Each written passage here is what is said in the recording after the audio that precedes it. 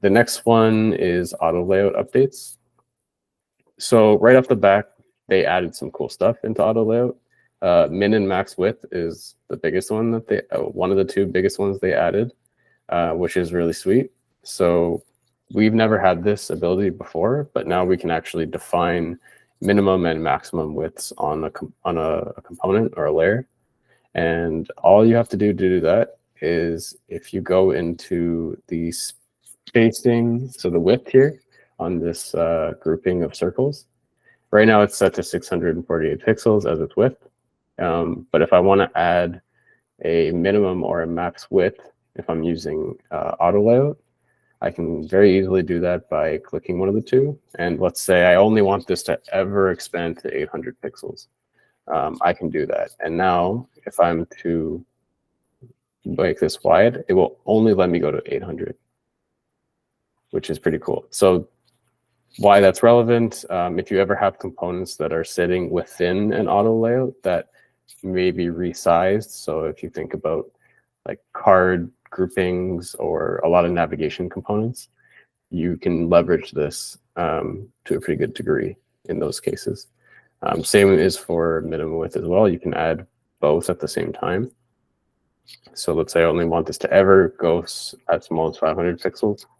I can now define that this element is only ever going to go 800 wide, and it's only ever going to go 500 narrow.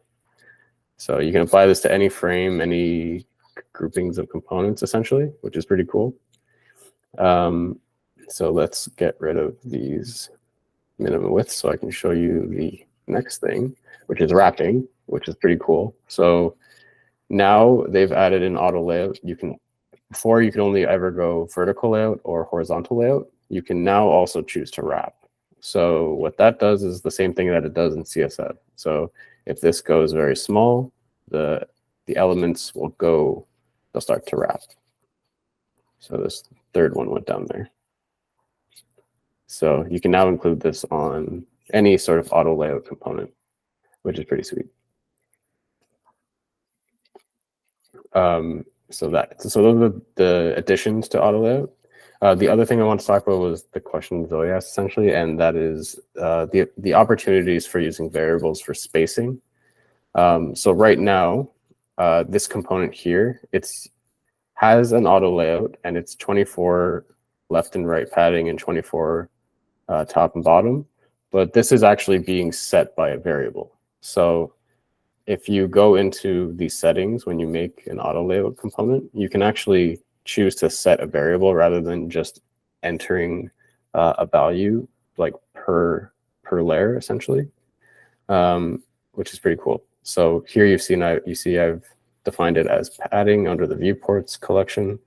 So if I go back to my local variables, I can see that defined here.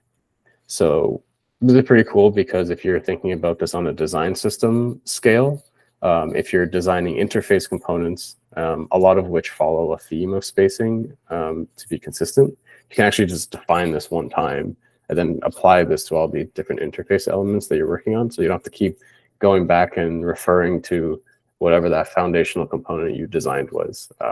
In my case, a lot of times I'll do buttons, and then if I'm designing a text input, a date selector, a dropdown, they all share the same padding. So this is a way to actually systematically define that, which is really cool. And so that's a really cool use case for the number of variables in your actual designs. And then a little indirect cool opportunity is when we start making more documentation around design systems, you can actually make a text layer represent a number value. So if you wanted to, create documentation around something, you don't have to keep updating that stuff in the file. You can actually just make it equal that, and you can communicate that very easily and in sync. So yeah, that's auto layout. I'll pause here before we go to prototyping if you had any questions. Yeah, I think the one question I had was just to clarify, I guess, my previous question. I think I'm just getting thrown off by the sort of table view that they're grouping all the variables, but essentially the desktop, mobile, those values aren't tied to one another in any way beyond being part of the same quote unquote theme. So essentially it's just kind of like a folder, right? Or can you apply multiple values of these at once to something because they're grouped under a single theme? I'm not sure if I understand the question. I guess like the desktop has like width, height, spacing, Hmm. padding. Do you have to like go in and attribute, like, can you apply the desktop theme to something holistically? Or do you have to go into a particular frame and like say like I want the width to be this value from the desktop theme. I want the height to be this value from the desktop theme. Or can you apply Oh, multiple variables to something at once? Because that was what I was trying to get at. Because this view makes it seem like that's possible, but I'm not sure it is. yeah. So I think it's possible what you're asking, but essentially each variable is its own value. So for example, on this frame here, I've set the width to be the viewport width, and then I've set the height to be the viewport height.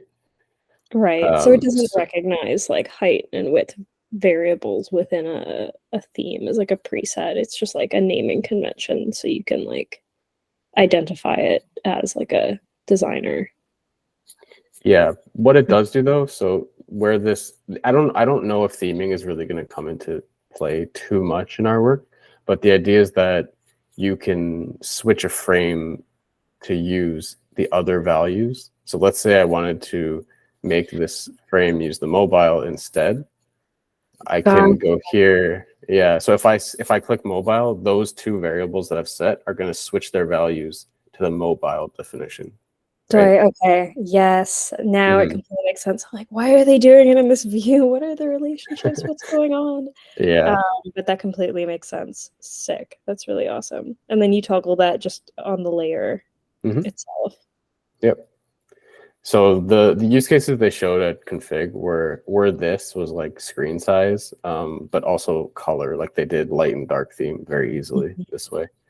So yeah, I don't think it'll come into play too much if I'm being honest, but it is pretty cool. It is a pretty cool opportunity, maybe. Yeah, I think especially for desktop and mobile, where like with some of the systems, like it's really well built and it kind of transitions directly, you can probably get so much of the legwork done just through toggling the spacing. So Yeah, if we were to build like a design system in a very technical way, you could probably actually get a, like the idea is that you could get away with you know, just like making, let's say you make a page for desktop and then you just toggle it to mobile and then it just reflows itself. That is possible. It's just it requires a certain workflow basically. yeah, it seems like it would be a lot of work to like get it just so, but Hmm. very cool in theory. So a cool thing that they showed in the demo was that let's see here, they could set sections to the different themes so that they literally just moved something. I don't know how they did it, but they basically just moved a frame between the two and it transformed into the different values. It was pretty cool, but they probably did it somewhere. Anyway, yeah, that's how those work.